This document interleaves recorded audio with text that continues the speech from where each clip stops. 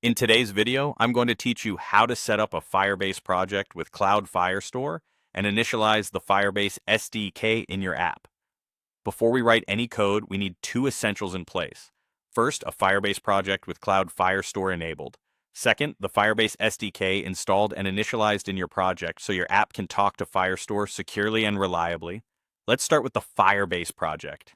Head to the Firebase console and create a new project or open an existing one you want to use. Give it a clear name that matches your app and decide whether you want analytics at this stage. You can always add it later. Once the project is ready, open it and navigate to Firestore Database. Click to create a database and choose the security mode that fits your environment. For development, a temporary test mode can be convenient, but be sure to tighten rules before you ship. Select the closest region for your users to minimize latency. Note that the Firestore location is permanent for this project, so choose carefully. Finish the setup and you'll land in the Firestore dashboard where you can view data, indexes, and security rules. With Firestore enabled, let's move to the SDK. In your project, add the Firebase SDK for your platform. On the web, that means installing the Firebase package and using the modular APIs. On Android or iOS, add the Firebase dependencies via your build system.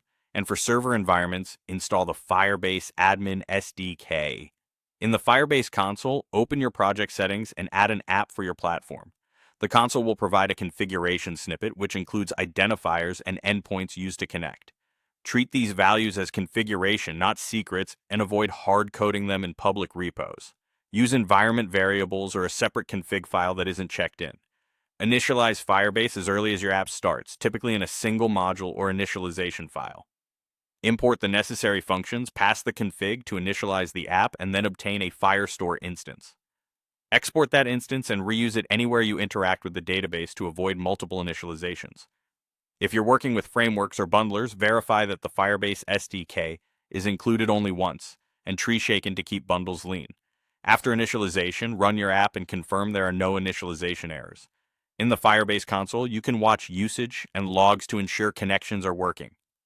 At this point, your project is ready, Cloud Firestore is enabled, and the Firebase SDK is properly installed and initialized. You're set to start reading and writing data, enforcing security rules, and building features on top of a solid foundation.